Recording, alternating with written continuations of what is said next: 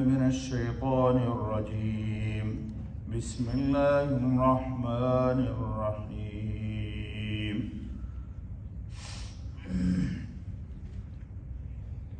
لا يسمن ولا يغني من جوع وجوه يومئذ ناعمة لسعيها راضية في جنة عالية لا تسمع فيها لاغية فيها عين جاریہ صدق اللہ العظیم۔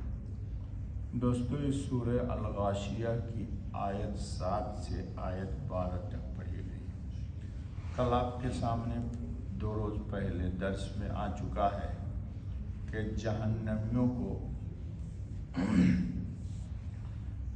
کھانا نہیں ملے گا، اور ملے گا تو ذریع ملے گا، جس کی تفصیل آئی تھی کہ ذریع کیا ہے؟ خاردار درخت جو دوزخ میں ہوگا، جس کی تلخی ایلوے سے زیادہ اور بدبو میں مردار سے بدتر اور گرمی میں آگ سے بڑھ کر، جب دوزخی چلائیں گے بھوک بھوک تو یہ ان کو دیا جائے گا، اور اس سے ان کی بھوک ختم نہیں ہوگی اور نہ ان کو سیرابی ہوگی بلکہ پھنس جائے گا۔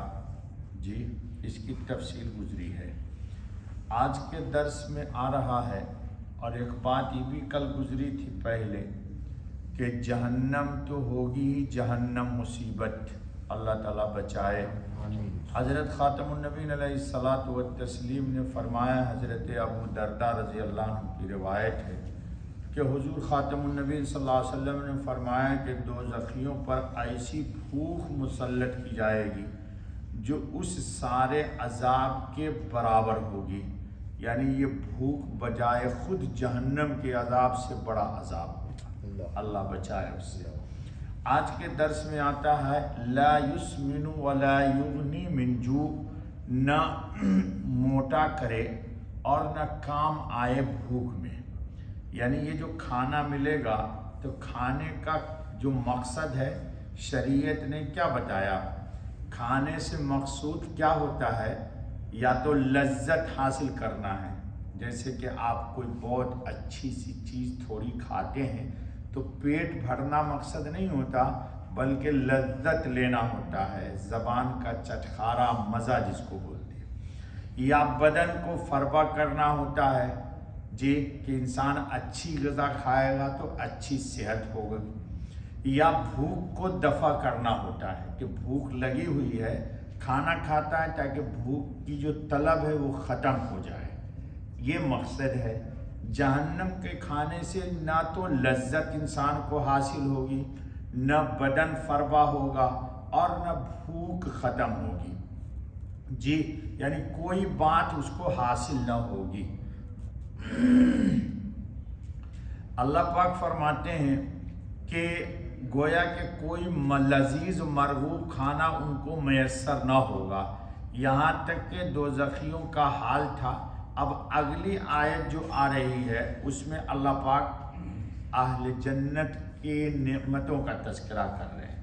جہاں کہیں بھی قرآن کریم میں کفر کی بات ہوتی ہے تو ایمان کی ہوتی، جنت کی ہوتی تو جہنم کی ہوتی، تاکہ انسان تقابل کر سکے اور اہل ایمان اپنے ایمان پر شکر ادا کریں اور جنتی اعمال کو بجا لائیں۔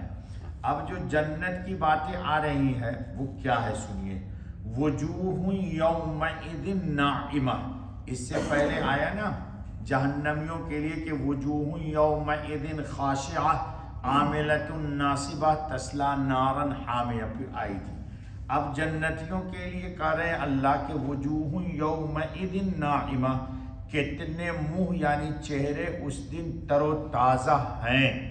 اللہ ہم سب کو تر و تازہ رکھے ایمان سے، بے ایمانی سے بچائے۔ لسعیہا راضیہ، اپنی کمائی سے راضی، کیونکہ جہنمیوں کے لیے کیا آیا؟ عاملۃ ناصبہ، محنت مشقت کر کے تھکے ہوئے ہیں لیکن جتنا تھک رہے ہیں اتنے ہی زیادہ جہنم کی آگ ان پر بڑھ گئی، چونکہ سمت محنت کی غلط تھی۔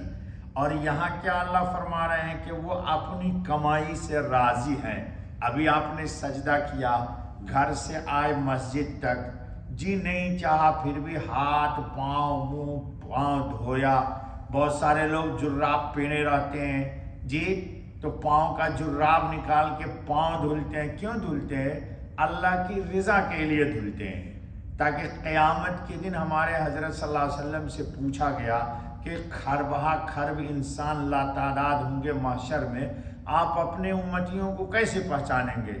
تو حضور نے فرمایا میں اپنے امتیوں کو ان کے وضو کے آثار سے، جن اعضاء کو دھوتے ہیں یہ ٹیوب لائٹ کی طرح چمک رہے ہوں گے، غرم محجلین۔ لاکھوں میں ایک امتی کھڑا ہوگا، حضور پہچان جائیں گے یہ میرا لاڈلا ہے، میری شریعت پر عمل کرنے والا ہے۔ اس لیے شوق سے وضو کیا کیجئے اور اللہ کا شکر ادا کیجئے۔ ایسے ایسے کر کے ہاتھ کر کے وضو نہ کیا کیجئے۔ لڑکوں کو دیکھتا ہوں اول تو آج کل سب یہ پہن رہے، جی ایسا تو کوئی پہنتا نہیں ہے، جی یہ موضوع نہیں میرا۔ ہاتھ ایسے کر لیتے ہیں، اب ٹوٹی کے سامنے ایسے ایسے کرتے ہیں۔ ارے بھائی ایسے وضو کرو تاکہ پانی یہاں آ کر کے ٹپ کے، جی اگر وضو میں یہ آپ کی ہڈیاں نہیں دھلی تو وضو نہیں ہوتا۔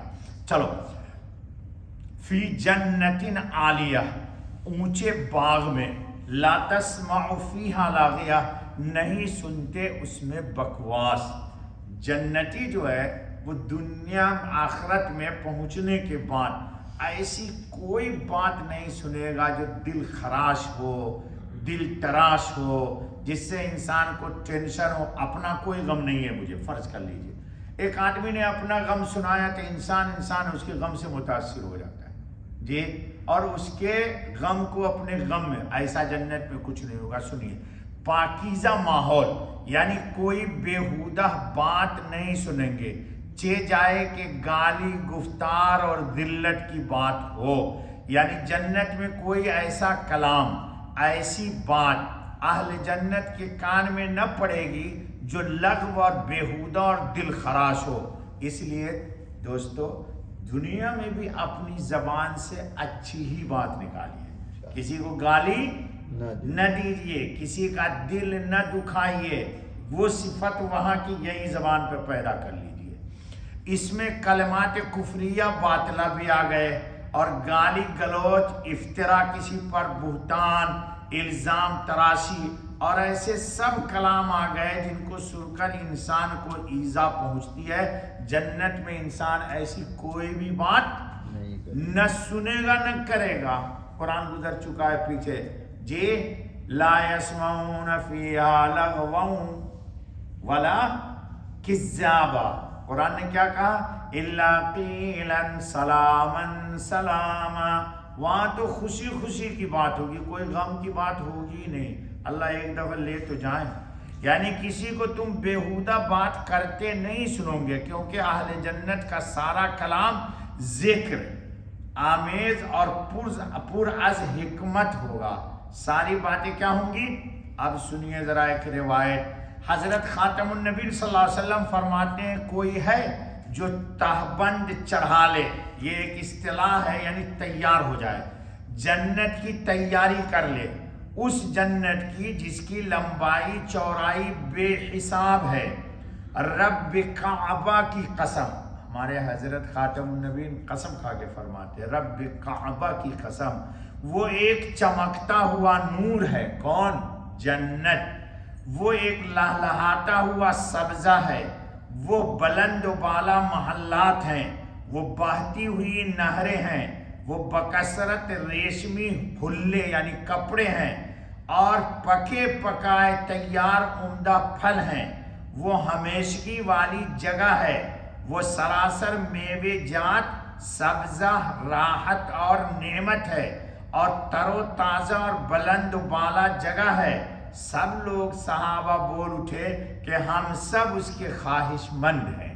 حضور نے پوچھا تو صحابہ نے کہا کہ یا رسول اللہ، یہ ہم سب کو چاہیے اور اس کے لیے ہم تیار ہیں، جی، اور اس کے لیے تیاری کریں گے، اور فرمایا کہ حضور نے فرمایا کہ انشاءاللہ کہو، آپ بھی کہہ دو انشاءاللہ۔ صحابہ رضوان اللہ علیہ مجمعین نے انشاءاللہ کہا، لیکن یہ سب ملے گا کب؟ جب انسان ایمان لائے اور ایمان کے بعد اپنے ایمان کو گناہ سے داغدار نہ کرے، جھوٹ نہ بولیے، دغا نہ دیجیے، فراڈ نہ کیجیے، کسی کی ماں بہن کو گالی۔ ہمارے آج کل نوجوان لڑکوں کو سنتا ہوں، ان کا تکیہ ایک کلام ہی گالی، میں ڈر سے نہیں بولتا ہوں، بچے ناراض ہو جاتے ہیں، لیکن بات بات میں گالی بولتے ہیں۔ استغفر اللہ ثم استغفر اللہ، اپنی زبان کو گالی سے پاک رکھیے۔ چلیے بابا، سبحان اللہ بحمدہ، سبحان اللہ العظیم، سبحانک اللہم و بحمدک، اشہد ان لا الہ الا انت، استغفرک۔